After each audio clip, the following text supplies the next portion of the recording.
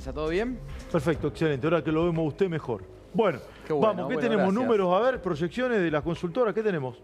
Sí, vamos a hablar un poco de una dinámica que empezó a encontrar un piso. De hecho, economistas como Domingo Cavallo, su hijo Alberto, estaban advirtiendo sobre una tendencia a la baja de la inflación que se habría frenado en las últimas semanas y es una luz amarilla, pensando también en el movimiento del dólar que estaban comentando recién, porque tenemos algunas cifras de consultoras para comentar de cómo se movió sobre todo el segmento de alimentos, que después de tener muchísimas semanas, casi 2 meses, con variaciones de por debajo del 1% semanal, incluso en algunas semanas de deflación en promedio de alimentos, las consultoras empezaron a medir en las últimas semanas aceleraciones que, si bien son menores cuando uno compara con lo que teníamos, por ejemplo, en enero, febrero o meses atrás, sí muestran un cambio de tendencia donde en lo acumulado de las últimas semanas hubo más inflación de alimentos, que es el componente central del consumo de las vos me familias, decís entre los que en últimos las días de semanas mayo y los anteriores. primeros de Y junio. eso, sumado a otros aumentos, como comentábamos ayer, muestran que la baja de la inflación del mes en curso podría encontrar un piso y ser más alta que los anteriores, sin considerar qué efecto puede tener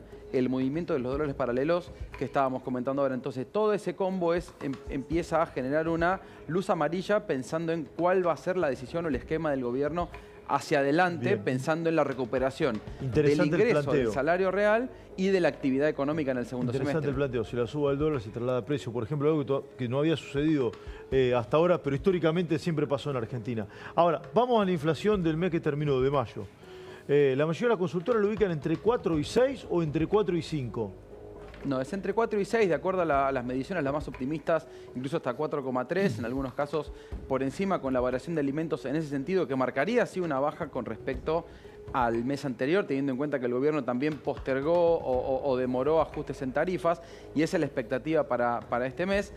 El componente sí central, pensando en la variación hacia adelante, es en alimentos, donde, como te comentaba, después de cerrar, incluso en algunos planteaban que estuvo por debajo del 4%, habría una aceleración en las últimas semanas, pensando en las proyecciones para junio, que le marcaría junto a los otros aumentos de precios regulados que comentamos, como por ejemplo el caso de los peajes o de los combustibles, sí poniéndole un piso a la desaceleración, donde habría encontrado un límite en cuanto a la baja de la inflación del primer semestre del año en los valores que mostró en mayo, o incluso algunos plantean que podría estar por encima de la inflación de mayo-junio. Entonces, bueno, ese es un dato a seguir, sobre todo, insisto, con este movimiento del dólar, que siempre, como vos comentabas, que hay un movimiento en el dólar, puede haber algún ajuste en los precios, más allá de la recesión, que es lo que está conteniendo la inflación en el consumo masivo, sobre todo. Bien, La Fuente, fenómeno, como siempre, un genio. Sí, un abrazo. Vuelvo un ratito. Ahora, Agustín Monteverde me va a decir si va a haber traslado a precios o no, qué perspectiva tiene con